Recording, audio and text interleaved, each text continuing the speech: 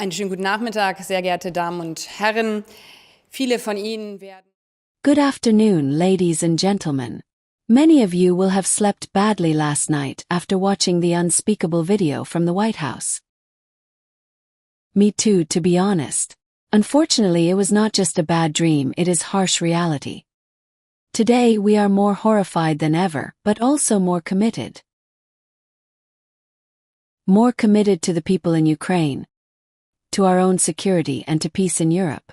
Yesterday evening really made it clear that a new age of ruthlessness has begun.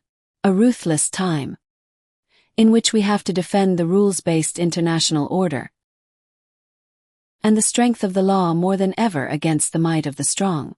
For otherwise no free country with more powerful neighbors will ever sleep well at night again. It has been clear for a while that things have been moving in this direction, and therefore we have for quite some time been forging new, reinforced alliances with all international partners who are willing to continue defending a rules-based international order and the strength of the law instead of the law of the strong. We must, as Europeans, lead more strongly ourselves than ever before and defend our interests and international law with determination, with no ifs or buts. For us, it is thus clear that we stand unwaveringly shoulder to shoulder with the sovereign and free country of Ukraine. Ukraine is part of the free and democratic Europe. There is absolutely no question as to who in this war against Ukraine is the brutal aggressor, and who the courageous defender, about who is the culprit and who the victim. 3 years ago, Putin's Russia attacked Ukraine without reason, contrary to international law, murdering people in horrific ways, brutally raping women, kidnapping children, separating parents from their children, and this terror continues to this day. A renowned Ukrainian journalist was only recently killed by a drone in her own home in Bucha, close to Kiev. This latest wave of aerial warfare continues unabated every day and every night. I thus state unequivocally, also addressing those across the Atlantic, that what is right and what is wrong must never be a matter of indifference to us. Nobody needs and nobody yearns for peace more than the Ukrainians. The diplomatic efforts of the US are of course important in this regard, but any such peace must be just and lasting, and not simply a pause before the next Russian hostilities. Nobody should be unclear as to who the enemy is. The only enemy is in the Kremlin, not in Kiev or in Brussels. Reversing the roles of victim and culprit is something we can never accept. Such a reversal of roles is the opposite of security. It is the opposite of peace, and therefore cannot be a good deal at all. Such a role reversal would spell the end of international law and thus also the end of security for the vast majority of states.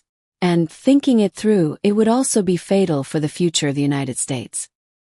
Because it would then be hard to find a country willing to rely on the word of the oldest democracy and the strongest military power in the world, if the roles of culprits and victims were to be reversed. That is precisely what we do not want. We want to preserve the transatlantic partnership and our joint strength.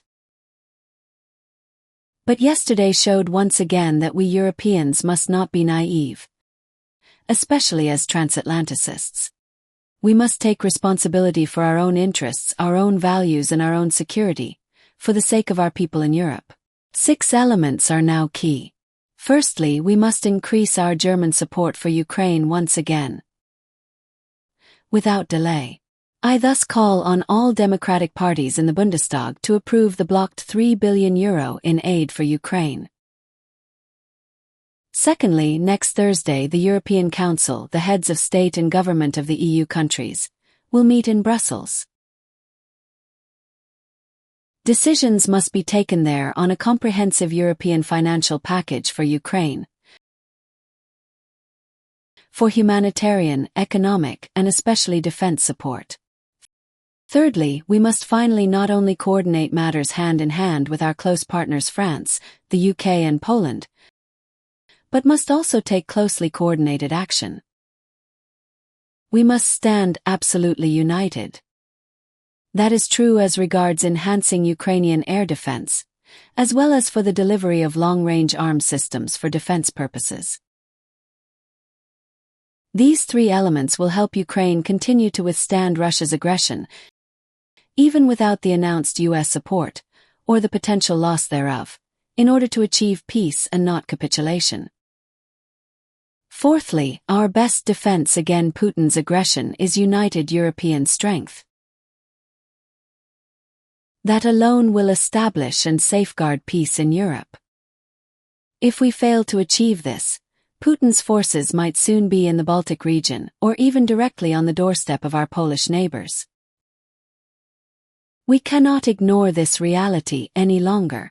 At the European Council, therefore, decisions on massive investments are needed with regard to our common European defense capabilities, among other things. That is why I am deeply committed to ensuring that the European Council takes appropriate action by increasing the flexibility of the Stability and Growth Pact. For some countries that already have a high level of national debt and little leeway in their budgets, this will not be enough, however. As Europeans, we therefore should also discuss a European defense fund that reflects the gravity of these challenges. But we cannot stop there. Further action will be necessary and will be taken in the coming months, both at the national and European level.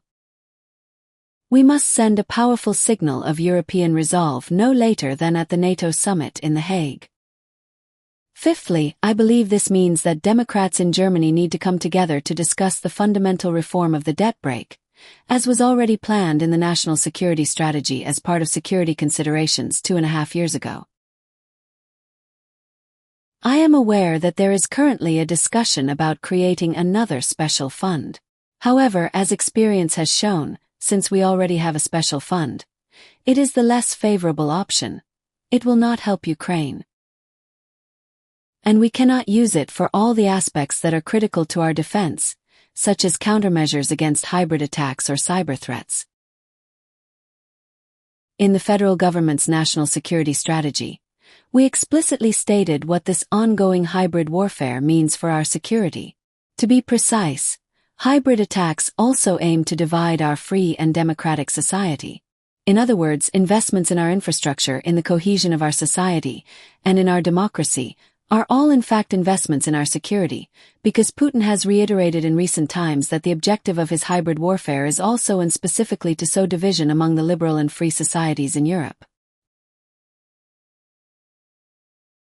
Sixthly, even though this may be the most heated moment since the end of the Cold War, we must continue to act with restraint and a cool head.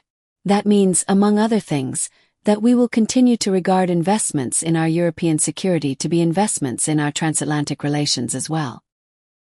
A lasting peace for Ukraine is far more likely to be achieved with Washington rather than without it, let alone in opposition to it.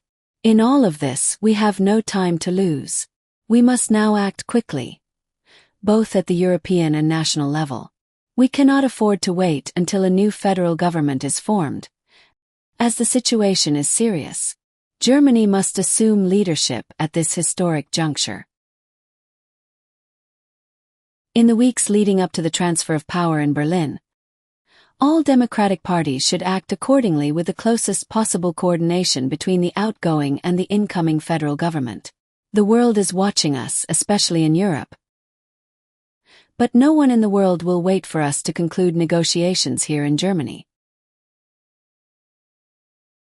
We are living in uncertain times, ladies and gentlemen. In these moments, in these days, however, if we set the right course again in Germany and in Europe, as we did 3 years ago, then Europe will show what truly defines it at its core: a strong peace project. Peace in liberty for its millions of citizens. A peace project that shines as an example for the world. Slava Ukraini! Long live Europe!